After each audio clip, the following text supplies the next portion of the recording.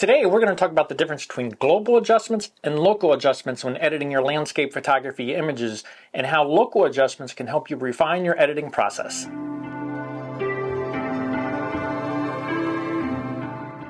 Now, when I first got started with editing photos for my landscape photography, I don't know why it took so long for me to grasp the difference between global adjustments and local adjustments. You would think it would just click. I mean, now it seems super obvious. How did it take me so long? I think it was just because when you first get started, you're learning so many different things. You're learning about white balance, and you're learning about exposure and contrast, whites and blacks and tone curves and lens correction adjustments and all of those things that sometimes your brain just gets full and there's just something that's just like, it seems foreign.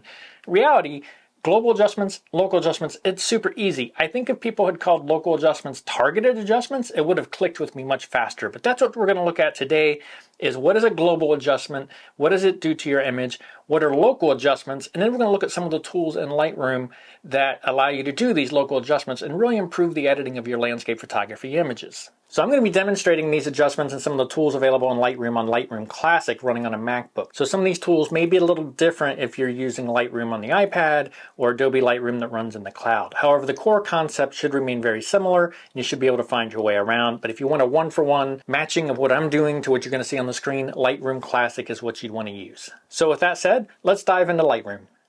Okay, so this image I have opened up in Lightroom Classic is an image from Lost Dutchman State Park in Arizona. I was out there back in August, and this is one of the images from there. There's been no edits to this. So let's first start with global adjustments. And this is the easy one. This is the one that most people are pretty familiar with. We're here in the develop module, and over here on the right-hand side, we have our different corrections we can make for, exposure, contrast, saturation, all of those types of things. So like if we take exposure and we turn exposure up, as we can see, I bumped the exposure up 0.8, and that has affected the whole image. It's a global adjustment. It's not local or targeted. It affects the whole image. Similar to if I crank the contrast up, it affects the whole image. It's going to affect the foreground here in front, affects my cliff faces, affects my clouds, everything like that. So we're going to double click on exposure to reset it to what it was. Same with contrast. And this also applies to things like texture. Change your texture. If you bump it up, it's increasing texture, not only on these rock faces where it might be pretty nice, but it's also increasing it in this foreground and the sky, which you may not want.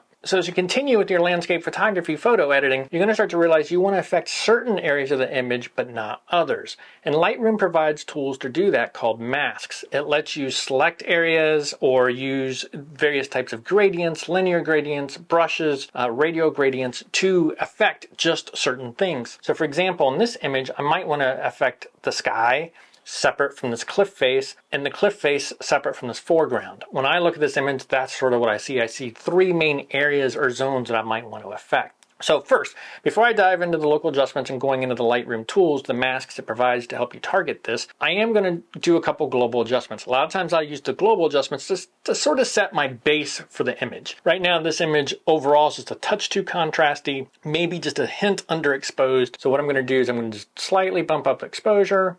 I'm going to lower the contrast on it, and I'll probably bring the highlights down just a little bit, bring the shadows up, and I think I'll call that good. So I used global adjustments to sort of bring this into a baseline. Now, there's certain areas of this image I am going to want more contrast in. Take, for example, this cliff face. I'm probably going to want that to be a little more contrasty. I'm going to use local adjustments to target that area. This sky, there's a couple of elements. It's not too bad. It was nice and moody, but I probably want to play with it just a little bit. And here in the upper left, I have this bright spot that I'm going to want to sort of play with and target or make a local adjustment to that corner of the image without affecting the rest. And in this foreground, it should just sort of add to the image, not detract. So we're going to sort of see how it goes. I'm envisioning it's going to get just a teeny bit darker, just so I can sort of help bring the focus, people's eyes into the cliff face here. That's what the real subject is. So let's go through here. Lightroom provides several tools to make local adjustments. Most of our adjustments when we start out are these little slider bars. These are doing the global adjustments. Over here though, I have masking. And Lightroom provides several options for masking. I can mask a subject, which is mean highlight the subject. The AI will find the subject reasonably well in a lot of cases. The sky, I can choose sky and it will select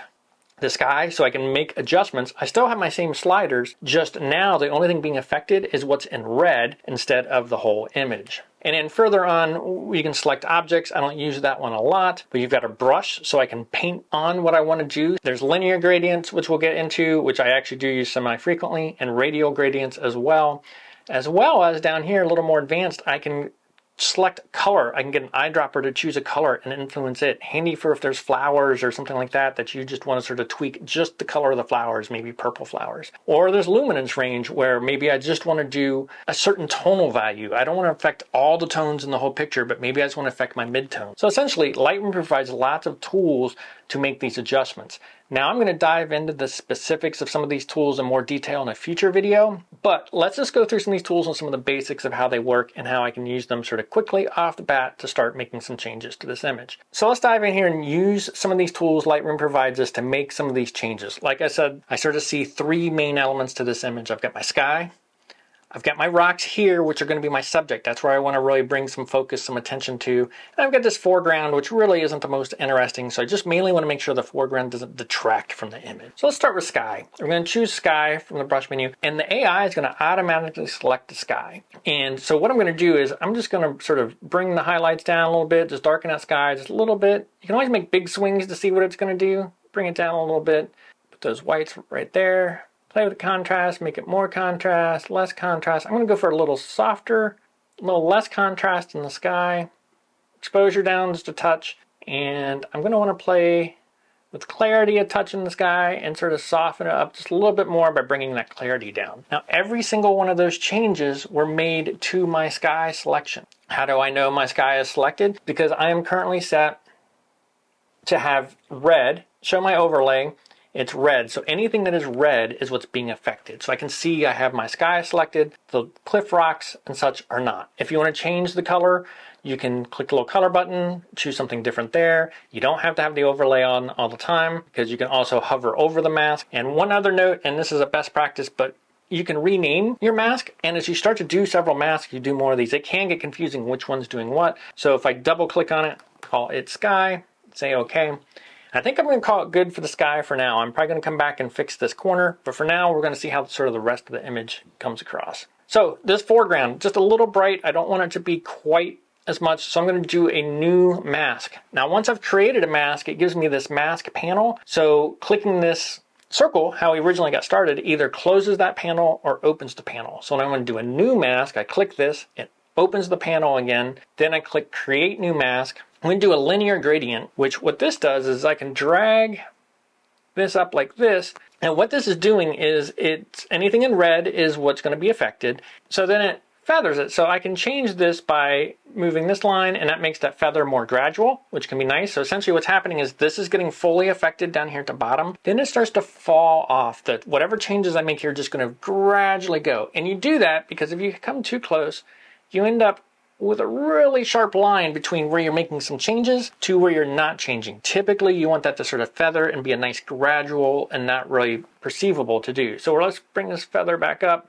When it's sort of nice and big like that. Then I can readjust it. If I don't like where I've got this, I can grab the middle bar, move it up and down. So again, what I'm trying to do here is influence the foreground. And what I'm going to do is I'm just going to bring some of the highlights down off of it just a little bit. See exposure. I don't want to go too dark, so I'm probably not going to play much with that. I'm just going to bring those highlights down a bit.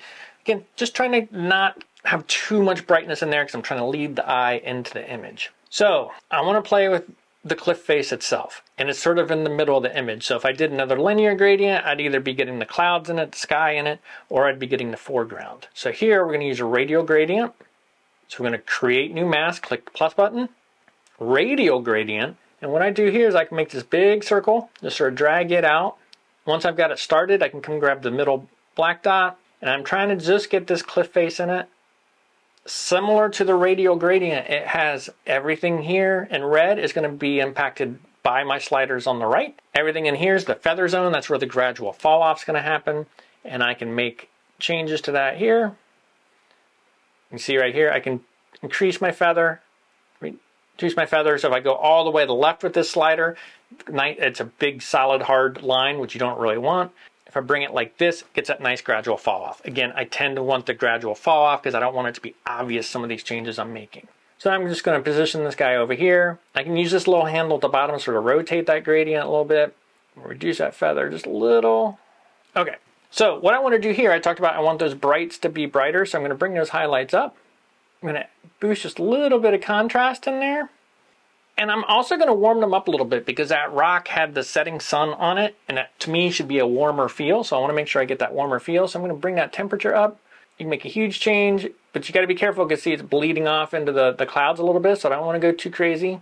And I've got that. So I've made some changes. And we will come down here also to the texture, give just a little bit more texture of those rocks. Again, really trying to emphasize the roughness, the hardness of those rocks in the image. So I've done that all with a radial gradient. A radial gradient, it's a local adjustment, only impacting that area that's in red. The full red is getting fully impacted. The other spots, as the red fades, is being feathered out. So it's not a hard line from where I'm making my adjustments to not. If I want to see if I like those changes or not, I can come up to my mask 2. I should call this Cliffs.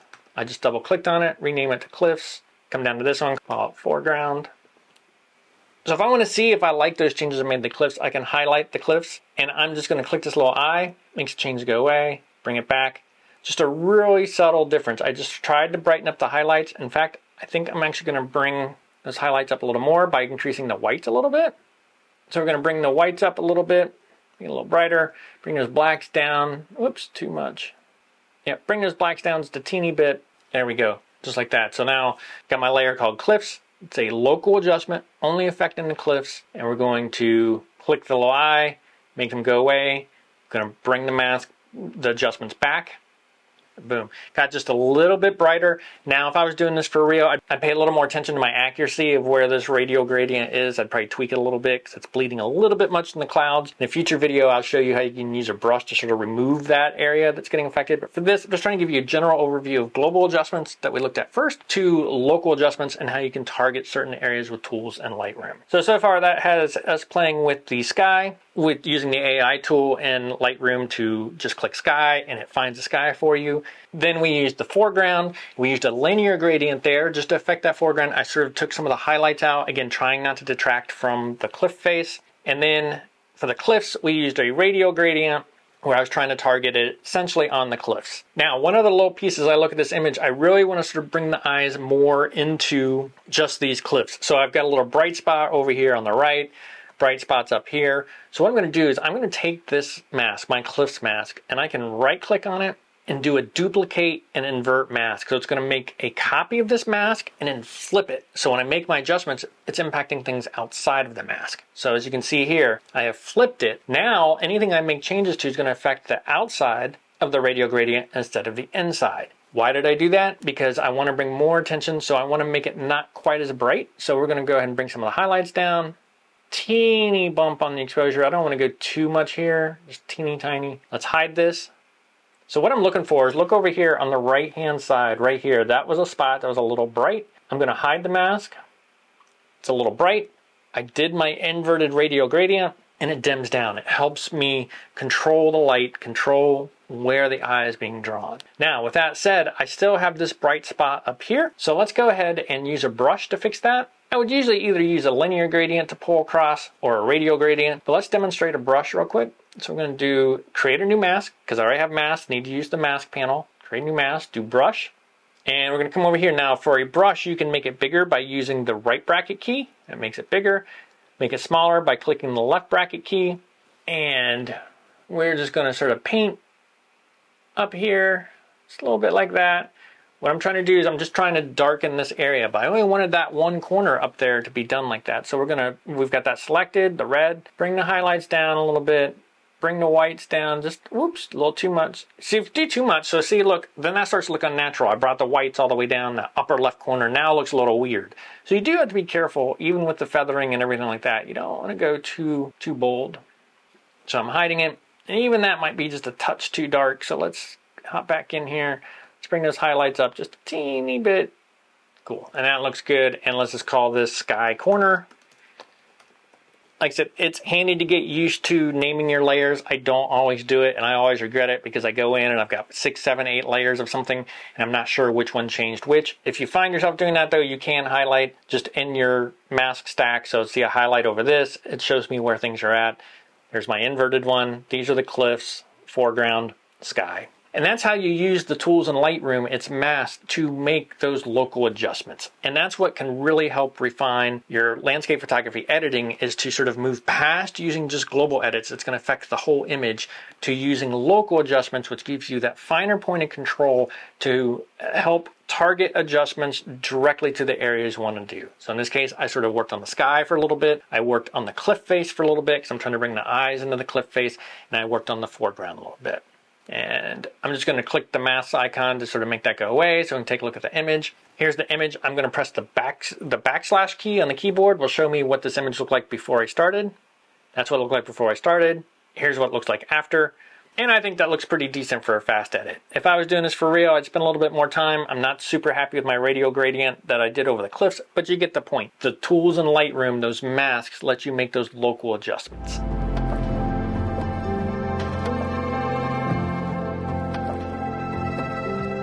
So I really only covered the basics here. I did not dive super deep into the masks themselves. I tried to just demonstrate the main ones available very quickly throughout this image, just so you could see sort of what a radial gradient was doing, what a linear gradient was doing, a brush, and selecting the sky. So keep an eye out in a future video where I'll dive a little deeper into the masks and doing some other things with them to help refine your image as you go.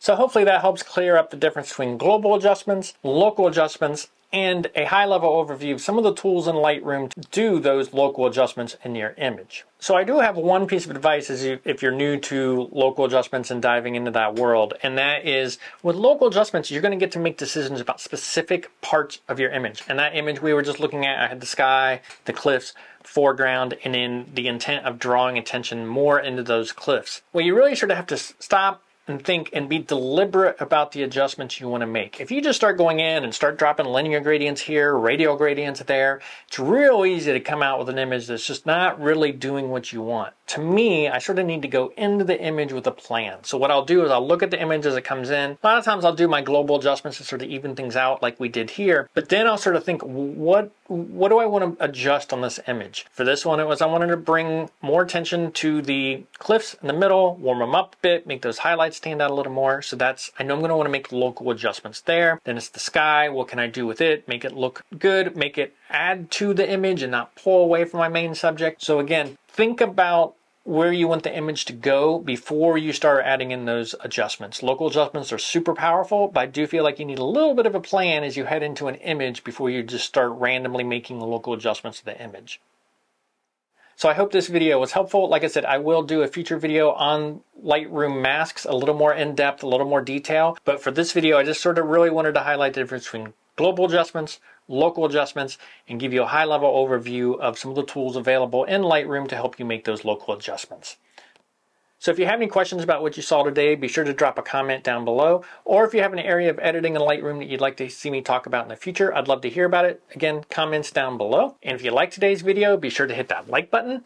And if you want to see future landscape photography content from me, including tips, tricks, behind the scenes, mini gear reviews, be sure to hit that subscribe button.